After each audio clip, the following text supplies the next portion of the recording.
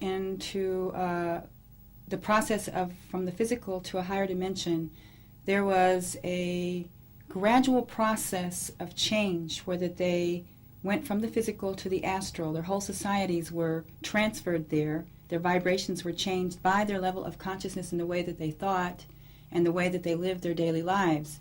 The Venusian people knew that this process was taking place and preserved one city, the city of Retz, under a climatic dome on the surface of the physical Venus to give them the ability to come into the physical and work here to raise the consciousness of mankind on Earth.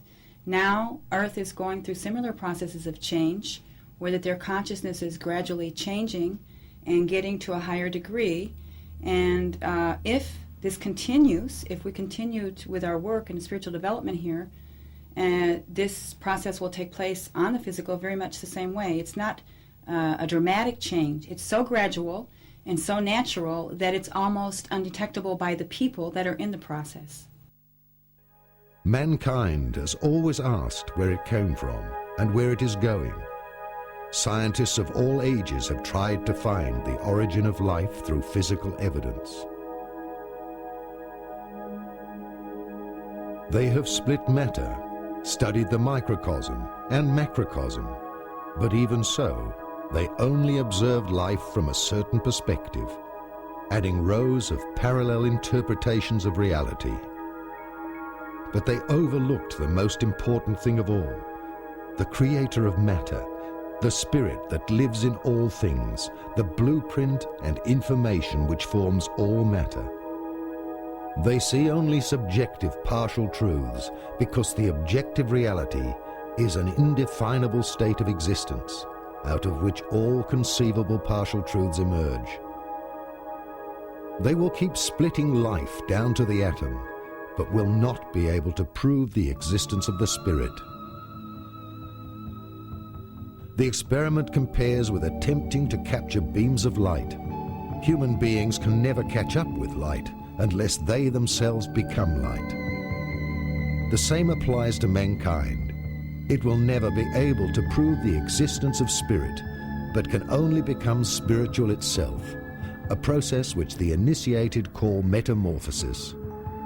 Until then, even the most splendid achievements and inventions, as well as attempts at explanations of mankind, are an unconscious dream of being still asleep within the development of humanity. All of the original races on Earth came from other planets that are the older planets in your physical solar system, which is Venus, Mars, Saturn, and Jupiter. Venus, the home of the white race, Saturn, the home of the red race, Mars, the yellow, and Jupiter, the black. They brought colonies to Earth when it was a younger planet, just developing, and only had plant and animal life, and set up these colonies, as you know, Atlantis, Lemura, Aztecs, Egyptians, as a few of the societies here. And on all of the dimensions above the physical, the parallel dimensions that run, the astral, mental, causal, etheric, and soul planes, there are vast universes that exist that are parallel to the physical universe. There are, in other words, there are astral dimensions that absolutely are a duplicate of places here on Earth, just as there are on Venus, Mars, Saturn, and Jupiter. In other words, on all the different dimensions above the physical, these societies and these planets and the whole solar system and everything that exists in the physical is duplicated on the higher dimensions until you get into the planes of our dimensions of existence where there is no reference to the physical. And this is a crossover called the etheric plane. And when you cross the etheric plane, there you leave behind any association or anything that identifies with the physical. For millennia after the sinking of Atlantis during the Dark Age, man has been separated from himself and has been in search of the Holy Grail.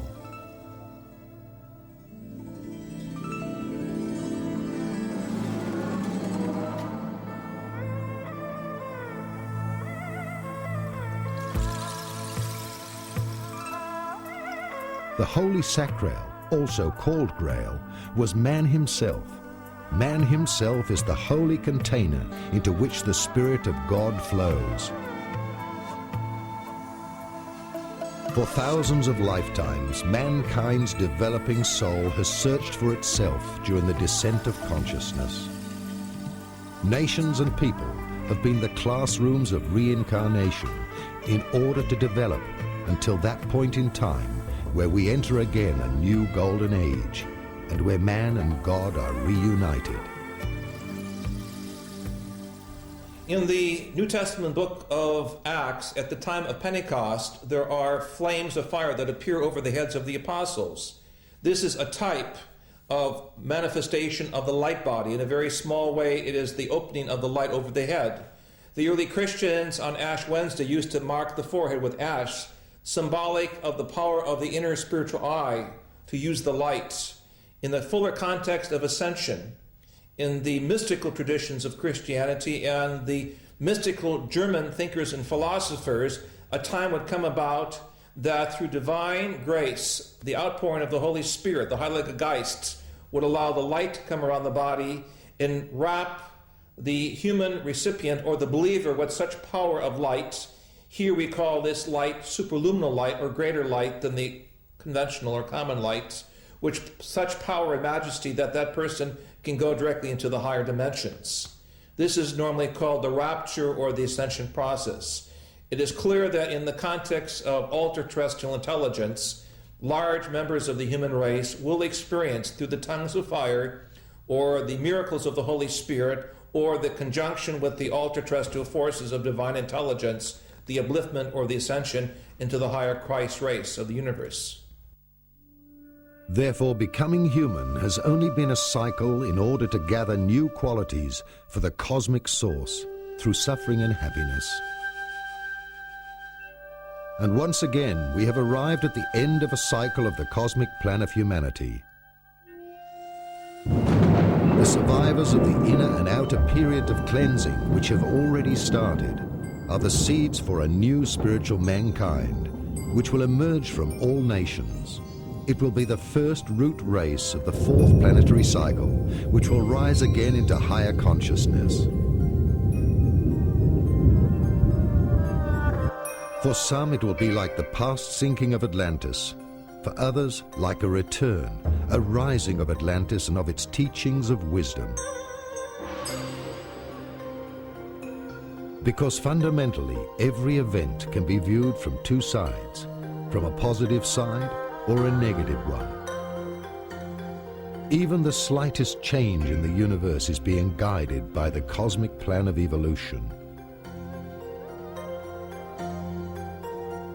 The limited human mind fundamentally fears any change, and its biggest fear is death, the wall behind which it cannot see. But nothing gets lost in nature. All elements only change into different, more refined states on their return to the light.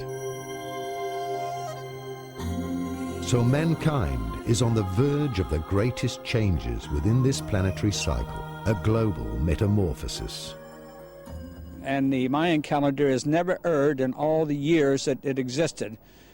And it states that in time when the incoming consciousness, which we would commonly know as the Christ consciousness, comes in, all things must change. Government, science, and religion, unless they accommodate incoming spirit or incoming consciousness, the Christ consciousness, if you will either fall by the wayside or will go through drastic and dramatic changes. Now, we see a lot of that happening in the world right now. We've had a coup in the Soviet Union which failed. Down came the Berlin Wall. Transformational changes taking place in places like Romania, Czechoslovakia, and Hungary. Now we have Azerbaijan and many others. And all we have to do is follow the news and see these great changes taking place. Now, these great changes, of course, are heralding changes yet to come. Changes which are transformational in nature and must come if we are to survive as a planet and the peoples. These changes will not only touch the lives of all nations, but it will reach beyond all boundaries of life's disciplines, which have already really only existed in thoughts and the actions of humans. Not only does planet Earth change its exterior, its alchemy, but also there is nothing on this planet which is not now in the process of structural and spiritual change. Every process which is not understood brings along a crisis of creation until the process of change has been understood.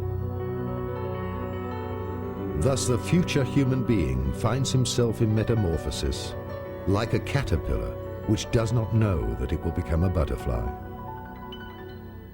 Everything in the cosmos, in our planetary system, on Earth, and within ourselves, humans, will step further up the ladder of evolution according to the plan of the Creator, until a point in time when the cosmic night of creation, the exhaling of God, will come to an end.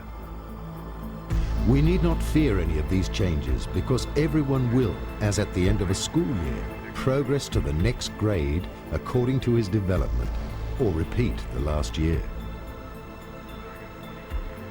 Heaven and earth will be new.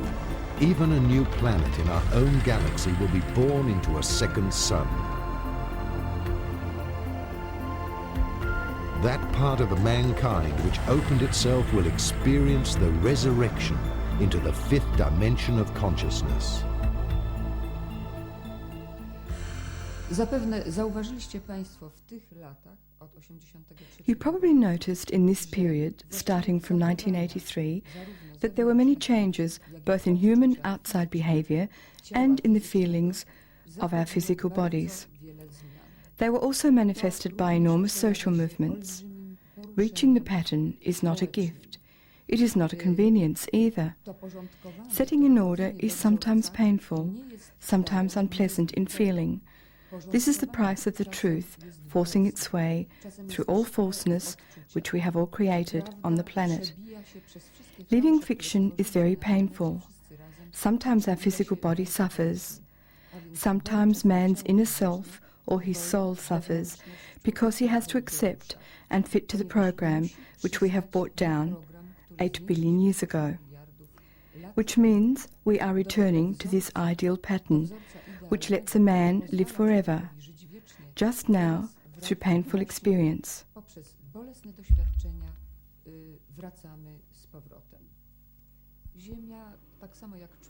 The earth, as well as mankind's introduction to the pattern, entered the final period of metamorphosis from the 3rd to the 4th of December 1983. This process will be finished finally in the year 2000. These last years are the time of enormous inner turbulence in mankind and in the planet, because the earth, equally as mankind, has emotional, mental and physical bodies. The earth has to come back to the pattern, in other words, to the spherical form. It is logical then that the earth will undergo quakes, floods and other disasters, but not as an expression of some God's punishment, but simply as a process of coming back to the primary pattern. Nie jako wyraz kary jakiejś boskiej, ale po prostu powracanie Ziemi do jej pierwotnego wzorca. The Mayan calendar and many prophecies of ancient prophets and cultures predict the transition from the Dark Age into the new Golden Age to happen by the year 2011. The inscriptions of the Great Pyramid also point to the year 2011. However,